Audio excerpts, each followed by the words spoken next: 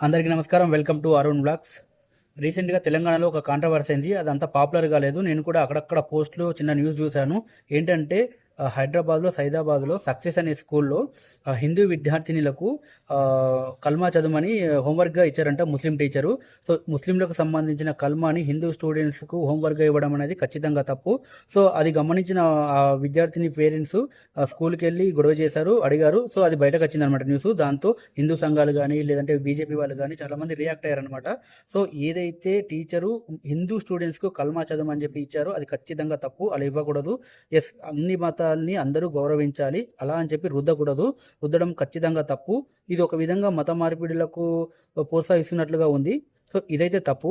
So, అలాంటి టైంలో yes, BJP ఖచ్చితంగా రియాక్ట్ అవుతుంది. బీజేపీ ఎంపీలు ఇక్కడ రియాక్ట్ అయ్యారు. అందులో ముఖ్యంగా మనం ఖచ్చితంగా ఇలాంటి ఇష్యూస్ వచ్చినప్పుడు బండి సంజయ్ గారు ఎలాగన్నా రియాక్ట్ అయితారు. సో, ఆయన రియాక్ట్ అయ్యారు. సో, ఆయన ఏమన్నారంటే బీజేపీ గనక అధికారంలోకి వస్తే, అంటే తెలంగాణలో బీజేపీ పార్టీ గనక అధికారంలోకి వస్తే ప్రతి విద్యార్థినికి ఆహ్, బొట్టు, గాజులు కంపల్సరీ చేస్తామని చెప్పి బండి సంజయ్ గారు చెప్పారు. యెస్, ఆయన అంటే ఖచ్చితంగా అది హిందూ విద్యార్థినులకే ఉంటుంది బొట్టు అనేది. ముస్లింలు గానీ, క్రిస్టియన్స్ గానీ ఎట్లన్నా పెట్టుకోరు. సో, నాకు తెలిసి ఆయన హిందూ విద్యార్థినుల గురించే అని ఉంటారని చెప్పి నేనైతే అనుకుంటున్నాను. So, good.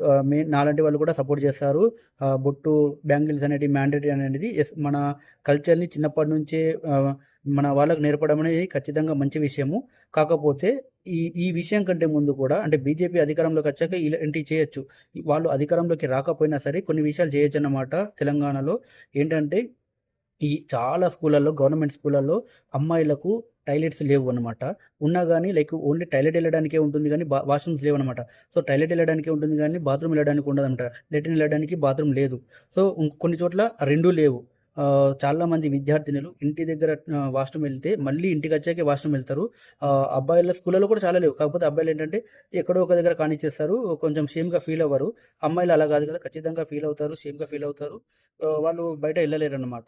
సెకండ్ పాయింట్ ఏంటంటే చాలా స్కూళ్ళలో తాగడానికి మంచినీళ్ళు లేక ఎన్నో ఇబ్బందులు పడుతుంటారు. కలుషితమైన నీళ్లు తాగి ఎన్నో సార్లు విద్యార్థులు అస్వస్థతకు గురై హాస్పిటల్ అయిన వాళ్ళు ఎంతోమంది మనం చాలా సార్లు న్యూస్‌లో చూస్తుంటాం. అలాగే మిడ్ డే మీల్ అని చెప్పి మనకు స్కూళ్ళలో ఇస్తుంటారు. వాటిలో ఎలాంటి పోషకాలు ఉండవన్నమాట. ఎలాంటి పోషకాలు విద్యార్థులకు అందవు. మంచి పోషకాలు అందేలాగా ఫుడ్ పెట్టేలాగా చొరవ చూపాలని చెప్పి నేను కోరుకుంటున్నాను. లైక్ బీజేపీ వాళ్ళు. సో, మీకు ఒక డౌట్ రావచ్చు. తెలంగాణ రాష్ట్రంలో ఉన్నది కాంగ్రెస్ గవర్నమెంట్ కదా! బీజేపీ వాళ్ళు ఎలా చేశారని చెప్పి.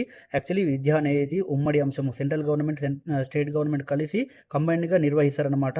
సో, బీజేపీ ఎంపీలు గనక పోరాడి మా తెలంగాణలో ప్రతి స్కూల్‌లో ఆహ్, టాయిలెట్లుండాలి, మంచి వాటర్ ఉండాలి, మంచి ఫుడ్ అందాలి అని చెప్పి వాళ్ళు గనక పోరాటం చేసి ఇవి సాధిస్తే చాలా బాగుంటుంది.